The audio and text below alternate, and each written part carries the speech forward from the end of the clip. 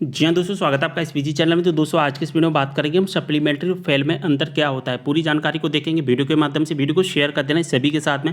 अगर आप 10वीं क्लास के स्टूडेंट हो या 12वीं क्लास के स्टूडेंट हो, वीडियो को पूरा देखना, क्योंकि मैं यहाँ पर आपको सप्लीमेंट्री और फेल के बारे में पूरी इन्फॉर्मेशन दूंगा। अगर आपने वीडियो देख लिया तो सप्लीमेंट्री और फेल के बारे में आपको और कोई भी वीडियो देखने की आवश्यकता नहीं पड़ेगी। देखिए दोस्तों, हमारा जो सप्लीमेंट्री आता है ना, सप्लीमेंट्री हमारा कब आता है? हमारा 10वीं क्लास में भी सप्लीमेंट्री आता है और हमारा 12वीं क्लास में भी सप्लीमेंट्री आता है। 10वीं में भी आता है और 12वीं में भी हमारा क्या आता है? सप्लीमेंट्री आता है, आपको पता होगा। अब यहाँ पर बात आती है कि 10वीं क्लास में और 12वीं क्लास में जो सप्लीमेंट्री आता है वो कब आता है। देखिए दोस्तों, जो हमारा 10th क्लास होता है, 10th क्लास में हमारे 2 विषय में सप्लीमेंट्री आता है।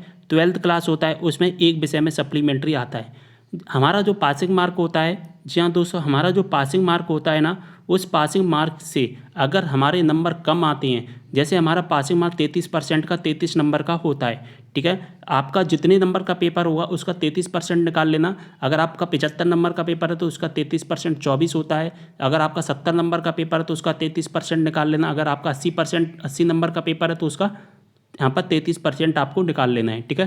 तो आपका जो पासिंग मार्क होता है, उस पासिंग मार्क से 5 number, 6 number, 7 number, 8 number, 9 number, 10 number, 12 number, इस तरह से कम आते हैं 12th क्लास में 1 विषय में। और अगर हम वहीं बात करें 10th क्लास में 2 विषय में और 12th क्लास में 1 विषय में, अगर पासिंग मार्क से आपके नंबर कम आते हैं तो फिर क्या होता है? 10वीं क्लास में तो 2 विषय में यहाँ पर आपको सप्लीमेंट्री दे दी जाती है। 12वीं क्लास में अगर 1 विषय में अगर आपके नंबर कम आते हैं, 6, 7, 8, 9 नंबर कम आते हैं, और चारों विषय में और बाकी के जो विषय होते हैं उसमें अगर अच्छे नंबर आते हैं तो फिर क्या होता है? आपको सप्लीमेंट्री दे दी जाती है। ये कब होता है? केवल ये रूल्स कब लगते हैं? केवल 1 विषय और 2 विषय में। अगर आपके 10वीं क्लास में अगर दोस्तों आपके क्या होता है कि 10वीं क्लास में 2 विषय तक छूट रहती है। अगर आपके 10वीं क्लास में 3 विषय में अगर कम नंबर आते हैं, जो पासिंग मार्क होता है, मान के चलिए 33 नंबर का पासिंग मार्क है, एक विषय में आपके आ गए 24 नंबर, एक में आ गए आपके 30 नंबर, एक में आ गए 25 नंबर, तो फिर क्या होगा?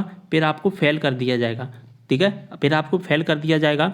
अगर हम बात करें वहाँ पर किसकी? 12th क्लास की। 12th क्लास में आपको पता है कि एक विषय में छूट रहती है सप्लीमेंट्री की, छूट रहती है एक विषय की। लेकिन मान के चलिए आपका 33% से 2 विषय में आ गए कम नंबर, एक में 30 आ गए और एक में हमारे आ गए 25 नंबर। मैं एवरेज जो उदाहरण के तौर पर बता रहा हूँ, इससे कम भी हो सकती हैं। तो फिर क्या होगा? आपको फेल कर दिया जाएगा इन दोनों कंडीशन में। केवल एक विषय में छूट रहती है, ठीक है। फेल होने पर क्या होता है? फेल होने पर हमें शुरू से पढ़ना पड़ता है। लेकिन अगर आप सप्लीमेंट्री आते हैं तो फिर आपको एक चांस मिल जाता है। कैसे चांस मिल जाता है?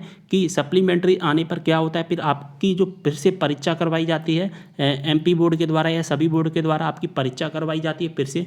उस केवल फिर से परीक्षा कराने का मतलब है केवल उसी सब्जेक्ट की, जिस विषय में मान के चलिए आपकी 10th क्लास में हिंदी और इंग्लिश में सप्लीमेंट्री आई तो हिंदी और इंग्लिश की आपको फिर से परीक्षा देनी है। 12th क्लास में मान के चलिए आपकी हिंदी में आई है तो केवल हिंदी की सप्लीमेंट्री की परीक्षा देनी होती है।